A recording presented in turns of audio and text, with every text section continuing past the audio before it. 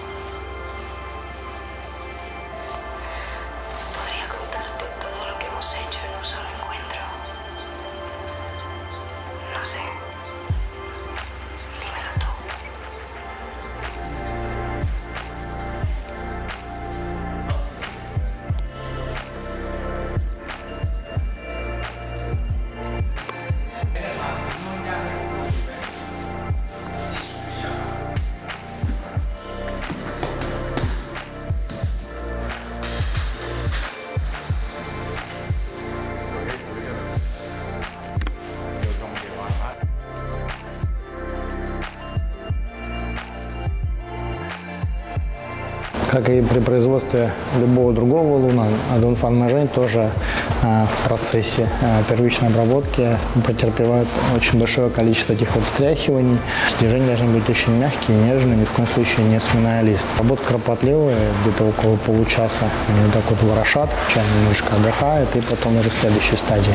После встряхивания чай снова выкладывают на подносы, он снова еще какое-то время лежит, так как, собственно, с листом произошли изменения, то есть он был немножечко надломан, соответственно, будет продолжаться ферментация. Сейчас скажу уточню, то есть сколько раз, 5 раз происходит такое длительное достаточно встряхивание, потом снова чай раскладывают на подносы, сейчас уже это будет 4-й раз.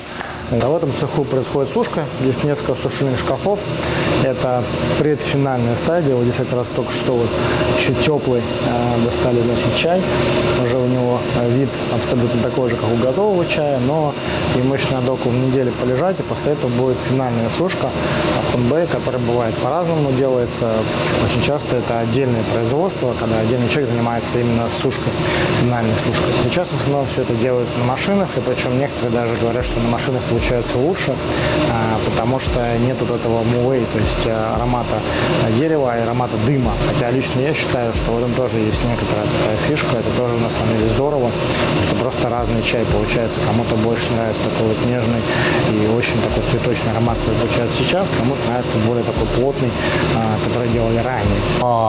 Нам очень, пожалуй, действительно один из самых сложных чаев в плане производства.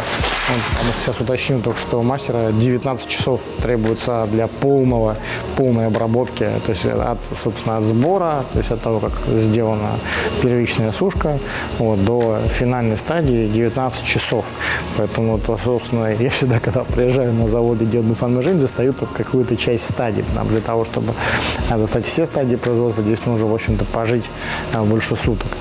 Кстати, для ферментации еще одним из очень важных факторов является температура и влажность. Собственно, здесь есть тоже температура, сейчас здесь 25,7 и влажность 70%, потому что иначе сам процесс ферментативный будет протекать неправильно. Но, кстати, интересно то, что все-таки для улунов, в отличие, например, от того же красного чая, где делается очень сильная ферментация, в общем-то, комнате температуры достаточно. Вот такие вот ворота закрывают комнату, цех производства чая от остальной площади для того, чтобы поддерживать нужный микроклимат. Ну что же, сегодня мы наконец доехали до плантации Дунфан Мэйжэня. Немного припозднились, сейчас уже не собирают чай, но тем не менее мы хотим посмотреть прежде всего на тех самых маленьких кузнечиков, маленьких зелененьких кузнечиков, которые грызут листики чайные.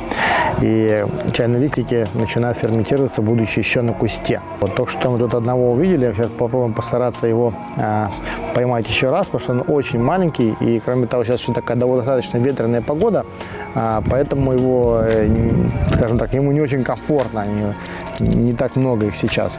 Но, тем не менее, они есть, и очень легко определить место, где он недавно был, потому что обычно листик такой вот видно, что немножечко погрызен, он уже потемнел в этом месте, и немножко так загибается листик.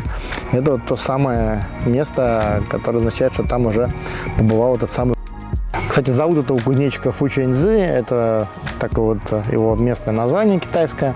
И, как я уже рассказывал, именно благодаря тому, что крайне необходимо наличие этих самых кузнечиков на плантации, в противном случае не получится того самого Дунфан Мэйжэня, естественно, плантация полностью органическая, никто ее ничем не поливает. То есть тут видно, что растет какая-то трава местами, но ее полностью пропало вручную, то есть никаких абсолютно удобрений, иначе, собственно, кузнечика здесь не будет. Вот, на кончике сидит. На верхушке. Вот вижу. Он сидит, пока давай снимай.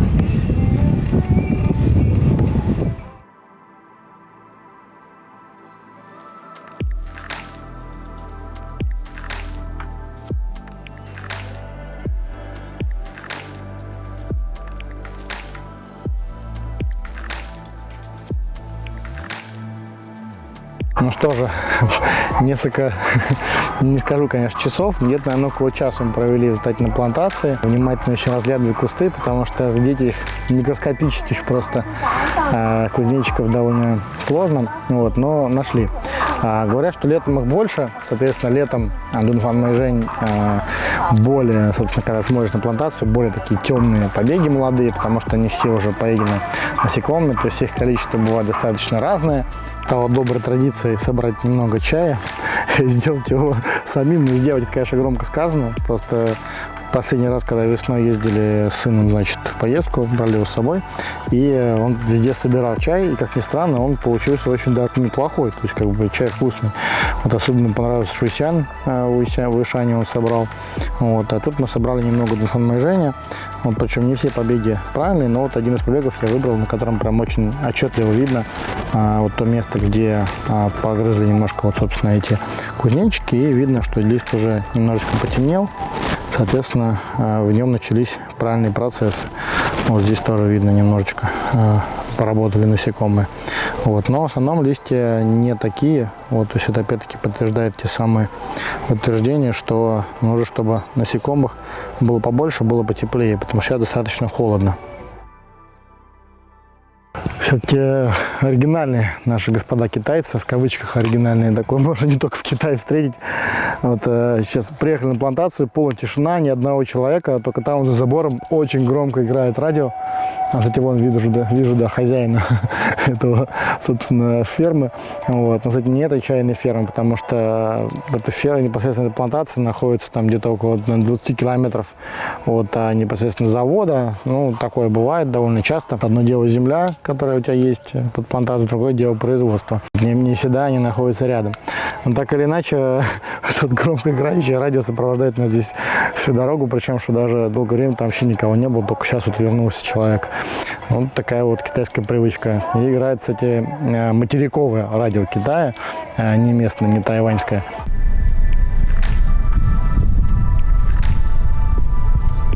Одна из местных особенностей – вот такие вот дорожки в горах. Причем эти дорожки, они иногда их даже не видно, особенно в темноте. Такие супер узкие, где как бы даже одна полоса с трудом проезжает. Нравится очень на Тайване в горах, потому что очень все зеленое, очень много растений. Потом тайваньцы все-таки отличаются от мирового китайца тем, что они очень любят выращивать действительно огромное количество всяческих разных цветов у дома. Все в цветах. Храм красивый очень. Мы сейчас выбираемся с чайной плантации. Крайне экзотический путь был в нее. Очень нравится то, что на Тайване часто можно встретить такие вот расписные дома.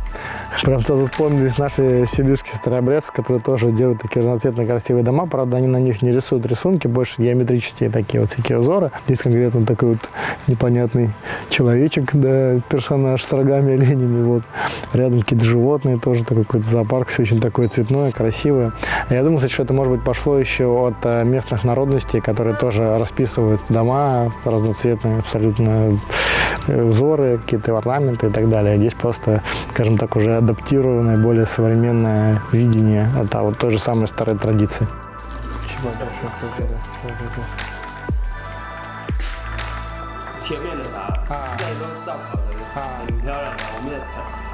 Ну вот сейчас в гостях у фермера, который занимается дунфан-мэйжэнью. У него такая запрятанная в горах ферма небольшая довольно, но чай очень нам понравился. Причем вчера мы оказались у него случайно, до этого я с ним не был знаком. Вот, просто мы решили сократить дорогу через горы. Еще дунфан-мэйжэнь, а это красный его еще попробуем тоже. Да, он рассказывает то, что вот запечатанный дунфан-мэйжэнь, сейчас мы открыли, сейчас тоже вкусный, но говорит, если он полежит какое-то время открытый, он становится еще более ароматным. Очень интересное свойство такое, да. Он говорит, что, короче, когда попадает воздух, то вкуснее становится. Он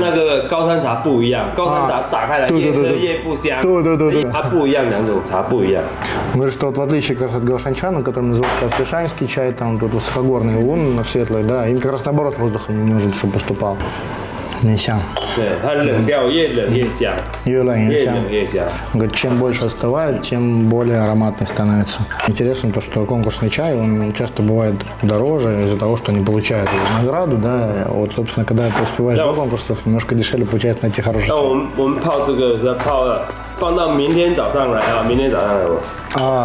Гайся. Он говорит, что завтра утром вообще будет пахнуть еще больше. Да, и у нас хозяин радушный угостил бисайча, то есть конкурсным, которым, причем выиграл конкурс.